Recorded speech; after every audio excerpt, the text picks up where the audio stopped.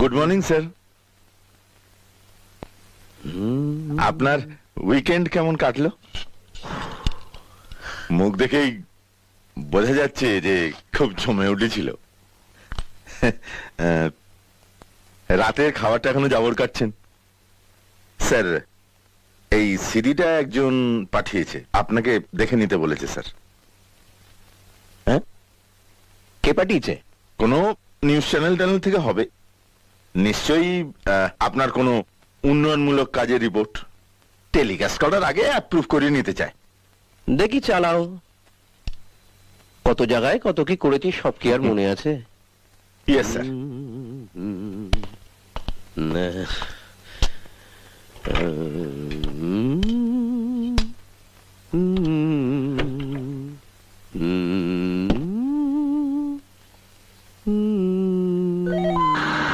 রাঙামাসির কাছে সব শুনেছো তো? আমি এখানে আসা মেয়েদের নম্বর দিয়ে পাশ করালে তবে তারা পার্মানেন্ট হয়। এখন তুমি টায়ার 2 এ পাশ করবে না লেটার নিয়ে পাশ করবে সেটা তোমার ব্যাপার। স্যার, মনে হচ্ছে ভুল করে অন্য সিডি পাঠিয়ে দিয়েছে, বন্ধ করে দিই? আমি শুধু নম্বর দিয়ে যাব।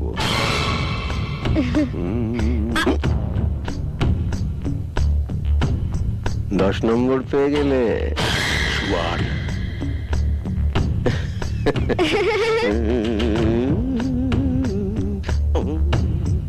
আমি পুরোটা দেখেনি স্যার। বন্ধ করো।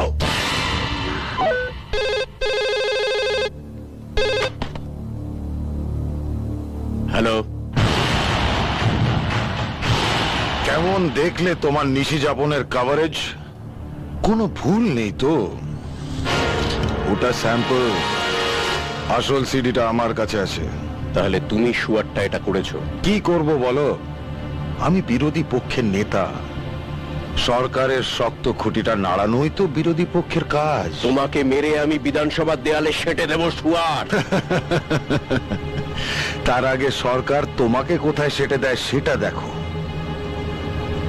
আজ সব কটা নিউজ চ্যানেলে এটাই হবে সবচেয়ে বড় খবর, স্বরাষ্ট্রমন্ত্রীর নিশি যাপন।